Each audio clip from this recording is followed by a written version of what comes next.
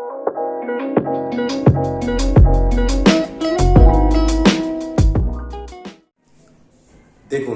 আজকের ভিডিওতে আমি থেরেজার বইয়ের আরো দুটি অ্যাডভান্স প্রবলেম সলভ করব।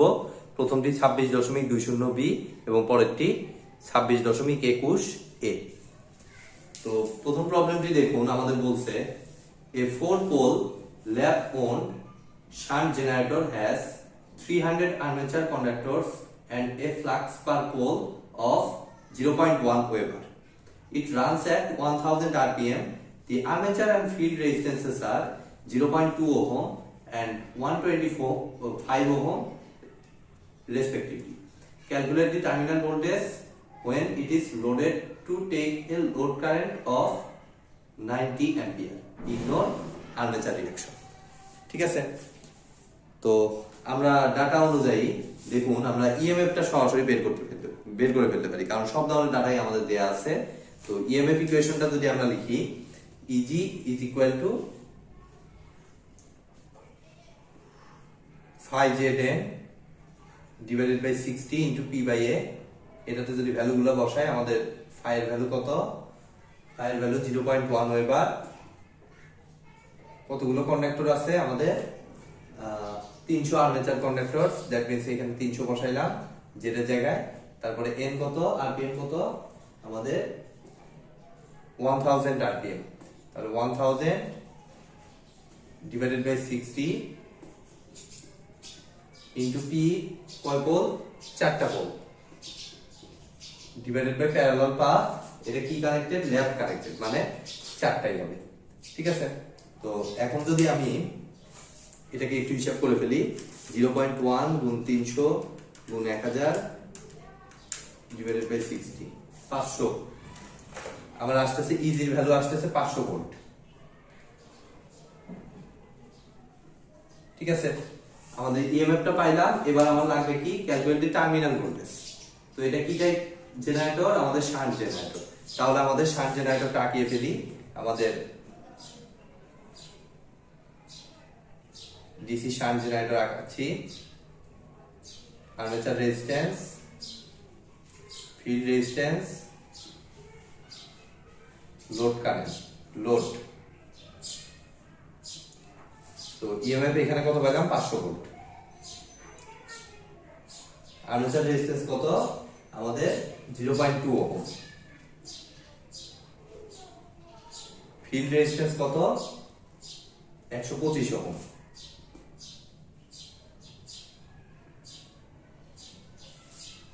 তাহলে আমাদের লোড কারেন্টটা দিয়ে দিচ্ছে এখানে 90 অ্যাম্পিয়ার।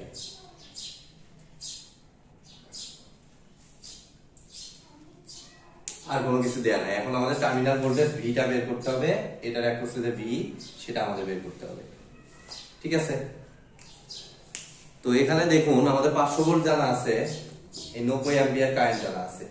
বাট টার্মিনাল ভোল্টেজ জানা থাকলে আমরা এই কারেন্টটা পাইতাম। এই কারেন্টটা সরাসরি জানা নাই।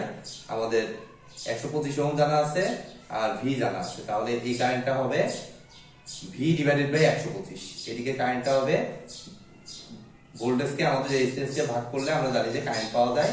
তাহলে ভি ডিভাইডেড বাই 125 অ্যাম্পিয়ার এদিকে যাচ্ছে আর এদিকে যাচ্ছে 90 অ্যাম্পিয়ার। তাহলে এদিক দিয়ে যাবে কত? আই এটা মেইনলি আমরা কত পাবো?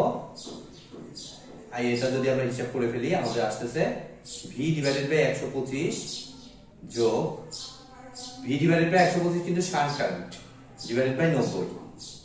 এখানে একটা নোটেড পয়েন্ট, আমাদের থেরেজার বইতে এই শান্ট কারেন্টটাকে আমার লিখছে হলো 500 ডিভাইডেড বাই 125। বাট কিভাবে 500 ডিভাইডেড বাই 125 হয়? আমার 500 তো ইএমএফ জেনারেট হয়েছে যেটা, আর শান্টের অ্যাক্রসে ভোল্টেজ হচ্ছে আমাদের কত? অবশ্যই ভি পরিমাণ ভোল্টেজ, কিছু ভোল্টেজ কম হবে। বাট ওরা ভি ডিভাইডেড বাই 125 না করে 500 ডিভাইডেড বাই 125 করছে, যেটা কিন্তু অ্যাকচুয়ালি একটা ভুল। ঠিক আছে, বাট পরবর্তীতে রেজাল্ট আবার মিলাই দিচ্ছে, বাট এখানে কিন্তু ক্যালকুলেশনে ওরা ভুল করছে। ঠিক আছে, তো ভি ডিভাইডেড বাই 125 প্লাস 90 পাইলাম আর্মেচার কারেন্ট। এখন আমাদের টার্মিনাল ভোল্টেজ ভি যদি আমরা হিসাব করতে চাই, সেটা কত হবে? আমাদের 500 ভোল্ট হচ্ছে ইজি মাইনাস আইএ। আইএ আমাদের কত? আচ্ছা, আমরা ভেঙে ভেঙে লিখি আইএ ইনটু 0.2। এটা করলেই হয়ে যাবে। এখন আমাদের V equal to 500 minus I এর ভ্যালু হচ্ছে আমাদের ভি ডিভাইডেড বাই 125 যোগ 90 ইনটু 0.2। এখন জাস্ট কিছুই না, এই ইকুয়েশনটা জাস্ট সলভ করলেই আমরা ভি পেয়ে যাব। আমি আগেই এটা সলভ করে রেখেছি, আমাদের ভি এর ভ্যালুটা আসে 481.2 ভোল্ট। ঠিক আছে, তো এটা ছিল এই কোশ্চেনটার সলিউশন। থেরেজার বইতে এভাবে আমার ভি ডিভাইডেড বাই 125 অর্থাৎ 500 ডিভাইডেড বাই 125 করে রাখছে। আপনাদেরও তাড়াহুড়া বশত হয়তো 500 ডিভাইডেড বাই 125 হয়ে যেতে পারে। সো এই জিনিসটা একটু খেয়াল রাখবেন, কোশ্চেনটা কিন্তু একটু ইয়ে আছে। ঠিক আছে, তো এবার চলুন আমরা নেক্সট প্রবলেমটি সলভ করি, অর্থাৎ 26.21 এ।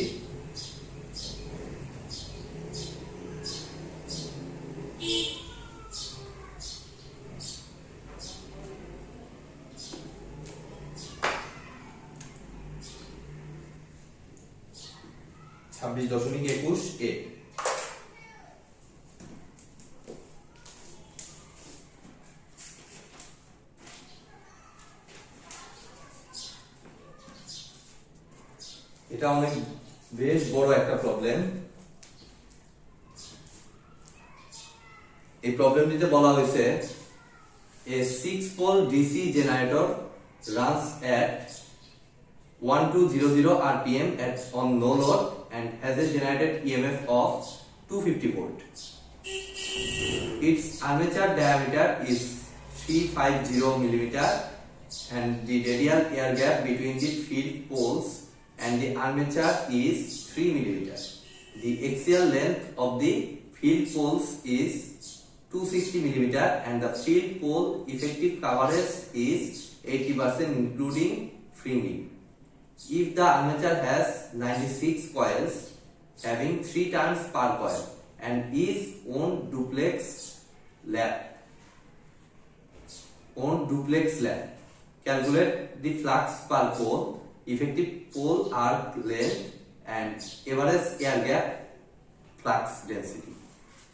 বেশ বড় একটি প্রবলেম এবং বেশ আনফ্যামিলিয়ার একটি প্রবলেম। ঠিক আছে, সো আমরা ধাপে ধাপে একটু ক্যালকুলেশন করব। প্রথমে এখানে অনেকগুলো জিনিস এক্সট্রা চলে আসছে। প্রথমত হচ্ছে আমি যতটুকু থিওরি আমি আলোচনা করেছি প্লাস ম্যাথের জন্য যতটুকু দরকার, সেখানে সব ছিল নর্মাল ল্যাপ ওয়াইন্ডিং আর নর্মাল ওয়েভ ওয়াইন্ডিং। ঠিক আছে, এখন এই আর্মেচার ওয়াইন্ডিংকে আবার দুই ভাগে ভাগ করা যায়। একটাকে বলে সিমপ্লেক্স ল্যাপ ওয়াইন্ডিং, আর এটা হলো ডুপ্লেক্স, আরেকটা আছে মাল্টিপ্লেক্স। এরকম ল্যাপ ওয়াইন্ডিং থাকে।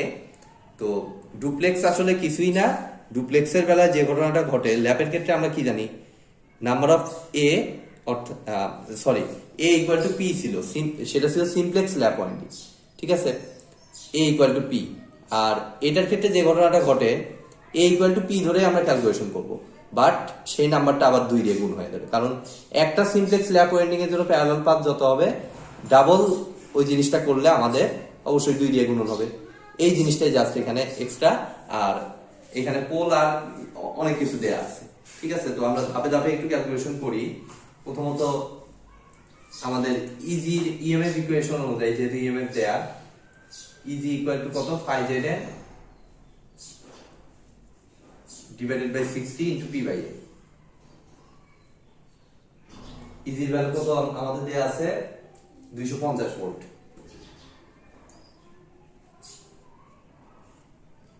ফ্লাক্সটা আমরা বের করি। জেড কত, জেডটাও ইনডিরেক্টলি দেয়া, 96 কয়েলস, আর প্রতি কয়েলে আবার 3টা করে টার্ন আছে। তাহলে একটা কয়েলে টার্ন হচ্ছে 3টা, 96টা কয়েলে টার্ন হচ্ছে 96 ইনটু 3। বাট আমরা তাড়াহুড়া করে এটাই লিখে দিয়ে আসি, কিন্তু 96 গুণ 3 কিন্তু আমার হচ্ছে, দেখুন, হ্যাভিং 3 টার্নস পার কয়েল, মানে এক কয়েলে 3টা টার্ন। তাহলে ঐকিক নিয়ম করলে আমাদের 96 কয়েলে 96 গুণ 3টা টার্ন আছে। আর প্রতি টার্নে আমি আগের ভিডিওগুলোতে কি বলেছি, যে প্রতি টার্নে আসলে 2টা করে কন্ডাক্টর, একটা হচ্ছে ফ্রন্ট এন্ডে আর একটা ব্যাক এন্ডে। তাহলে এটাকে অবশ্যই আমার 2 দিয়ে মাল্টিপ্লাই করতে হবে। ফাইন। তারপরে এন কত, নাম্বার অফ আরপিএম, আরপিএম দিচ্ছে 1200 আরপিএম। তাহলে 1200 আরপিএম লিখলাম, ডিভাইডেড বাই 60 ইনটু পি কত, 6টা পোল। এখন দেখুন, যদি সিমপ্লেক্স ল্যাপ ওয়াইন্ডিং হতো, এটা কিন্তু ল্যাপ ওয়াইন্ডিং বলছে, তো সিমপ্লেক্স ল্যাপ ওয়াইন্ডিং হলে এ হইতো 6 নাম্বার অফ পোলের পোল যতগুলা তত সংখ্যক। বাট এখানে বলছে ডুপ্লেক্স, অর্থাৎ একটা প্লেক্সের জন্য 6, তাহলে দুইটা প্লেক্সের জন্য হবে 6 × 2, ঠিক আছে, 12টা। ঠিক আছে, তাহলে এখন আমরা যদি এখন হিসেব করি, এখানে আমরা কি পাচ্ছি দেখুন, ফ্লাক্সের ভ্যালুটা 250 × 60,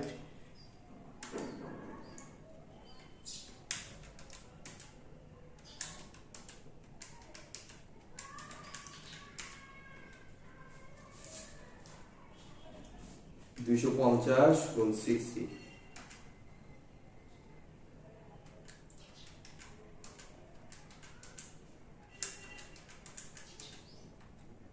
0.0434 ওয়েবার।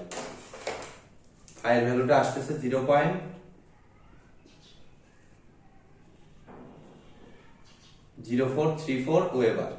ফাইয়ের ভ্যালুটা আমাদের লাগবে, ক্যালকুলেশন করতে লাগবে। এখন সরি, ফাইয়ের ভ্যালু তো এই নাম্বার কোশ্চেনে চাইছে, এই কোশ্চেনে ফাইয়ের ভ্যালু চাইছে, সো আমরা ফাইয়ের ভ্যালু পেয়ে গেছি। এবার 2 নাম্বার কোশ্চেনে কি বলছে, বিতে ইফেক্টিভ পোল আর্ক লেন্থ। ঠিক আছে, ইফেক্টিভ পোল আর্ক লেন্থ। তো এটা আমি হিসাব করব, তার জন্য আমার চিত্র আঁকাইতে হবে, একটু চিত্র আঁকিয়ে বুঝিয়ে দিতে হবে। তো আমি এইটুকু অংশ মুছে দিচ্ছি, জাস্ট আমি ফাইয়ের ভ্যালুটা এক জায়গায় লিখে রাখতেছি। এতে আমি ফাইয়ের ভ্যালু পাইলাম কত, 0.0434 ওয়েবার। এটা থাক, আমাদের ক্যালকুলেশন করতে লাগবে। এখন বি নাম্বার কোশ্চেনের জন্য আমাদের ইফেক্টিভ পোল আর্ক লেন্থ, প্রথমত আমি একদম জেনারেটরের ডায়াগ্রামের মধ্যে আমি ঢোকার চেষ্টা করব একটু করে। কিছুই না, জাস্ট আমাদের এই রোটর পার্ট, রোটর বলতে আর্মেচার অ্যাকচুয়ালি, আর এদিকে আছে আমার, এর সাথে আমার লাগানো আছে এই এদিকে সিলিন্ডার, যেভাবে থাকে আর কি অ্যাকচুয়ালি মোটর বলেছে জেনারেটর, ধরুন এইভাবে আছে। সিম্পলি বোঝার জন্য আমি এভাবে আঁকিয়ে ফেললাম। এখন দেখুন আমাদের যে যে ডাটা আছে সেই অনুযায়ী আমরা কাজ করব। প্রথমত বলছে দেখুন আমাদের axial length of the field poles is 260 millimeter. Axial length of the field poles বলতে এই যে বাইরের অংশটা, তাহলে এই লেন্থটা আমাদের দিয়ে দিছে কত, 260 মিলিমিটার। ঠিক আছে, আর তারপরে কি দেওয়া আছে, the field pole effective coverage is, আচ্ছা 80% এটা ফ্যাক্টরটা দিছে, আর তার আগে আমার দিছে it's armature diameter. Armature diameter মানে এখান থেকে একদম এই পর্যন্ত, এখান থেকে এই পর্যন্ত যে ডায়ামিটারটা সেটা আমাদের দেওয়া আছে আর্মেচারে, যে এই অংশটা আর্মেচার, রোটর যেটাকে আমি বললাম। তো আর্মেচার ডায়ামিটার আমাদের 350 মিলিমিটার। আমরা সেখান থেকে আমরা একটু ব্যাসার্ধটা বের করি, রেডিয়াসটা বের করি, আর্মেচার রেডিয়াস। আচ্ছা এখানে আমি এভাবে লিখি আর্মেচার রেডিয়াস। আচ্ছা এত কথা না লিখে আমি এটাকে আর বললাম, এখান থেকে এই পর্যন্ত আর বললাম। তো আর এর ভ্যালুটা আমাদের হচ্ছে কত হবে, 350 হচ্ছে ডায়ামিটারটা, সেটাকে অবশ্যই 2 দিয়ে ভাগ করতে হবে রেডিয়াস বের করতে যা করা লাগে। তাহলে আমাদের কত আসে, 175 মনে হয়, 350/2, 175 মিলিমিটার। ফাইন। আর কি দেয়া আছে, আর দেয়া আছে দেখুন আমাদের এয়ার গ্যাপটা দেয়া আছে 3 মিলিমিটার, মানে এখান থেকে এই পর্যন্ত ছোট অংশ, এই যে এখান থেকে এই পর্যন্ত, এই যে এই ছোট অংশটা, এটাকে আমরা মনে করুন কি ধরবো, আচ্ছা আমরা সরাসরি 2 মিলিমিটার লিখে ফেললাম, এই তো 2 মিলিমিটার। ঠিক আছে, তাহলে আমাদের একদম এইখান থেকে এই পর্যন্ত টোটাল আমাদের রেডিয়াসটা আমরা কত পাবো, সেটাকে ধরুন আমরা বড় হাতের আর ধরলাম। টোটাল রেডিয়াসটা আমরা বড় হাতের আর ধরলাম, যেটা হলো ইফেক্টিভ অ্যাকচুয়ালি। আর ইকুয়াল টু হবে 175 যোগ 2 মিলিমিটার না, সরি এটা 2 না, তো এটা 3 মিলিমিটার। এটা 3 মিলিমিটার দেয়া, তাহলে 175 যোগ 3 178 মিলিমিটার। ঠিক আছে, 178 মিলিমিটার পাইলাম। এখন এখান থেকে আমি আমার কি হিসাব করতে বলছে, ইফেক্টিভ পোল আর্ক লেন্থ। তাহলে পোল আর্ক লেন্থ, আর্ক বলতে এই বৃত্তচাপটা জাস্ট ধরবো। তাহলে আমার অ্যাকচুয়ালি এই পোলের যদি আর্ক লেন্থ বের করতে চাই, এই পোলের আর্ক লেন্থ হবে হচ্ছে আমাদের কি, সিম্পলি ব্যাসার্ধ জানা থাকলে আমাদের আর্ক লেন্থ কত হয়, 2 পাই আর, সিম্পলি 2 পাই আর হবে। বাট এখানে বলছে যেহেতু effective arc length, pole arc length যেটা, সো আমি আগে একটা যদি ইফেক্টিভ লিখি তাহলে অবশ্যই ওই যে ফ্যাক্টরটা দিছে এক্সট্রা করে, সেই ফ্যাক্টরটা এখানে মাল্টিপ্লাই হবে। তাহলে ইফেক্টিভ পোল আর্ক লেন্থ আমি লিখে নিলাম এখানে। ইফেক্টিভ পোল আর্ক লেন্থ যদি হিসাব করতে চাই তার আগে অবশ্যই আমার গুণন করতে হবে, কত পার্সেন্ট বলছে, 80%। তাহলে এই 80 ডিভাইডেড বাই 100, এটা দিয়ে আমি ভাগ করলাম। এটা ছিল আমার টোটাল, ব্যাপারটা বুঝুন, এটা কিন্তু ছিল আমার টোটাল। আমি কিন্তু ইচ্ছে করে এখানে পোল কথাটা উল্লেখ করি নাই, তার কারণ এখানে আপনাদের সমস্যা হইতে পারে ক্যালকুলেশন। এই কোশ্চেনটা যেহেতু বেশ অ্যাডভান্স একটি কোশ্চেন, আনফ্যামিলিয়ার একটি কোশ্চেন, তাই ধাপে ধাপে আমি করাচ্ছি। প্রথমে আর্ক লেন্থ বললাম, আর্ক লেন্থের জায়গায় যদি ইফেক্টিভ আর্ক লেন্থ চাই তাহলে ইফেক্টিভ আর্ক লেন্থ চাইলে 80/100টা অ্যাড হবে, এবং তারপরে যদি ইফেক্টিভ পোল আর্ক লেন্থ বলে তাহলে হচ্ছে মেইনলি বোঝা হলো প্রতি পোলে, অর্থাৎ এখানে ইফেক্টিভ পোল আর্ক লেন্থ বললে প্রতি পোলে আমার হিসাব করতে হবে। ঠিক আছে, নামেই বুঝতে পারছেন, পোল আর্ক লেন্থ মানে এক পোলের জন্য কতটুকু আর্ক লাগে। ঠিক আছে, এক পোলে কতটুকু আমার পায়, ডিসটেন্সটা পায়। তাহলে টোটালটা হচ্ছে এত, তাহলে একটা পোলে কি হবে, টোটাল পোল কয়টা আছে, 6টা, তাহলে 6 দিয়ে জাস্ট এটাকে ভাগ করে দেব। এই তো, এখন জাস্ট আমি এই ভ্যালুটা এখানে বসায় দেব। তাহলে আমি একটু হিসাব করে ফেলি, দেখি কত আসে। এখানে আসছে কত, 178 গুণ 2 পাই গুণ 80 ডিভাইডেড বাই 100 ডিভাইডেড 80/100 গুণ 2 পাই গুণ 178 ডিভাইডেড বাই 6।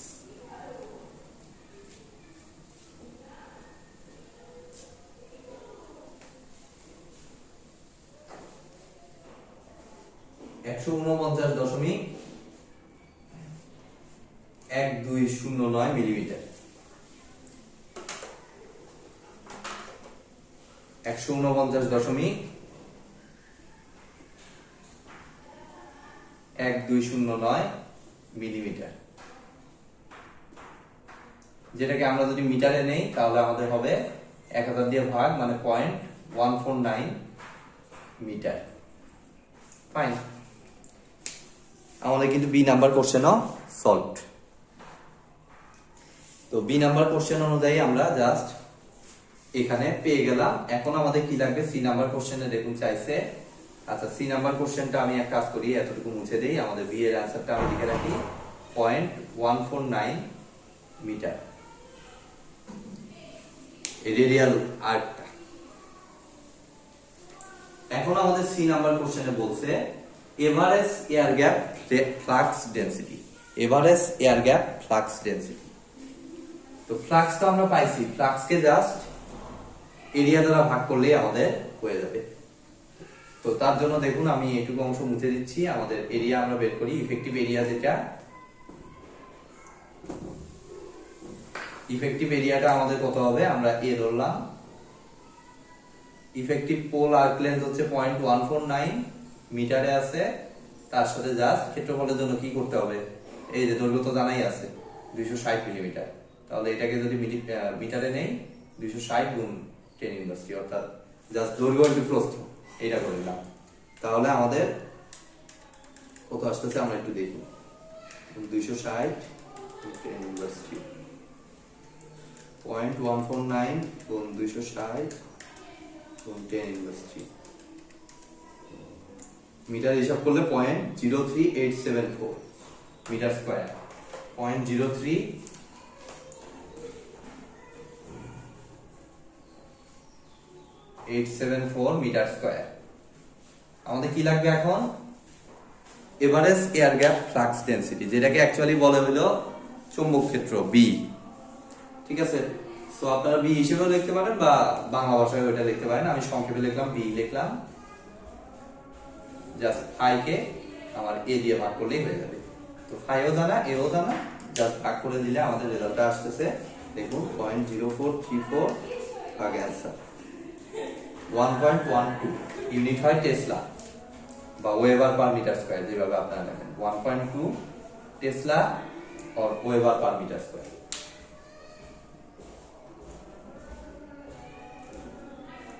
পয়েন্ট 03874 আমার হিসাবে ভুল হলো কিনা আমি একটু দেখি। 0.03874 ওখানে আছে 0.04, আমি লাস্ট আরেকবার ক্রস চেক দিয়ে দিচ্ছি।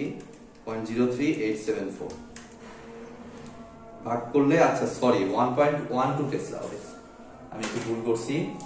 এখানে হবে 1.12 টেসলা বা 1.12 ওয়েবার পার মিটার স্কয়ার। তো এই তো আজকের মতো ভিডিওটি এ পর্যন্তই।